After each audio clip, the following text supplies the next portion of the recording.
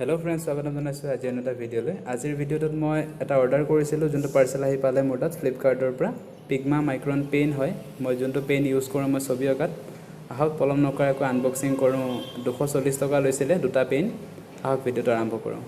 পেকেটটো খুলিলো পেকেটটো এনেকৈ বাবল ৰেপ দি প্লে ৰেপ কৰি দিয়া আছে পেকেটটো পিগমা মাইক্ৰন পেন 003 গ্ৰেডৰ হয় ইয়াৰ বাকচৰ ভিতৰত দুটা পেন আছে সাউন্ড খুলি আহক দেখো আপোনালোকক ইয়াত পিগমা মাইক্ৰন 003 বুলি লিখা আছে এইটো পেইনটোৰ এইফালে চাৰিওফালে এটা কথা লিখা আছে পিছফালেও লিখা আছে পিগমা মাইক্ৰন 003 এইখিনি কথা জাপান ভাষাত লিখা আছে জাপান ভাষাত মেড ইন জাপান হয় যেতিয়া আহক বক্সটো ওপেন কৰি আপোনালোকক দেখুৱাও ভিতৰত কেনেকুৱা পেইন আছে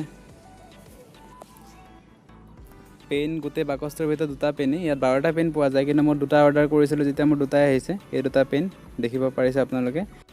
এই পেনটোত আপুনি বেলেগ বেলেগ লিডৰ পোৱা যাব এটো একদম সৰু পাতল 003 পইণ্টৰ হয় এটো বহুত পাতল ইয়াৰে মই ছবিবোৰ আঁকিছো সেই ছবিবোৰ মই দেখুৱাই দিম দুইটাই 003 হয় মোৰ আগত আছিল ৰিফিলত ইংক শেষ হৈ গল আৰু এটাত ভাঙি গল তাৰ কাৰণে এটো অৰ্ডাৰ কৰিছিলো এই পেনটোত বেলেগ বেলেগ গ্ৰেডবোৰ এইবোৰ চাব পাৰে আপোনালোকে সব ডাঙৰৰ পৰা সৰুলৈকে সব ভাগ কৰি থোৱা আছে মই ৰিসেন্টলি কেইদিনমানৰ আগত এই ছবিখন আঁকিছিলো এটা ডগিৰ ছবি এখন আঁকিছিলো তাত মই পিগমা মাইক্ৰন পেন দি টোটেলি আঁকিছিলো সেই ছবিখন আপোনাক আঁকা অকমান দেখুৱাই দিছো তাত মই পেনটো কেনেকৈ ইউজ কৰিছিলো আৰু কুকুৰৰ গাত বা যিকোনো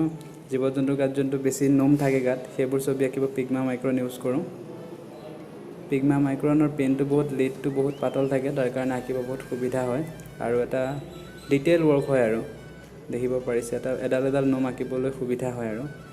মই কুকুৰটোৰ লগতে তেনে ধৰণৰ ছবি মই আগতো আঁকিছো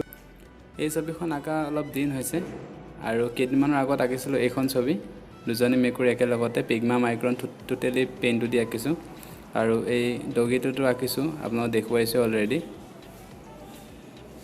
এইটো আঁকি থাকোঁতে অৱস্থাত অলপখিনি হওঁতে এখন ক্লিক কৰিছিলো আৰু এইটো কমপ্লিট হোৱাৰ পিছত দেখা পাইছে ৰিজাল্টটো আৰু এই পিগমা মাইক্ৰন পেন ইউজ কৰিয়ে মই এই বুঢ়া মানুহজনৰ ফেচটো আঁকিছিলো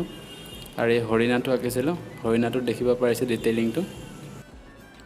ৰিসেন্টলি কেইদিনমানৰ আগত মই কিভাৱে উইনাৰৰ স্কেচখন আঁকোতে হেয়াৰখিনি আঁকিবৰ কাৰণে এই পেনটো ইউজ কৰিছিলো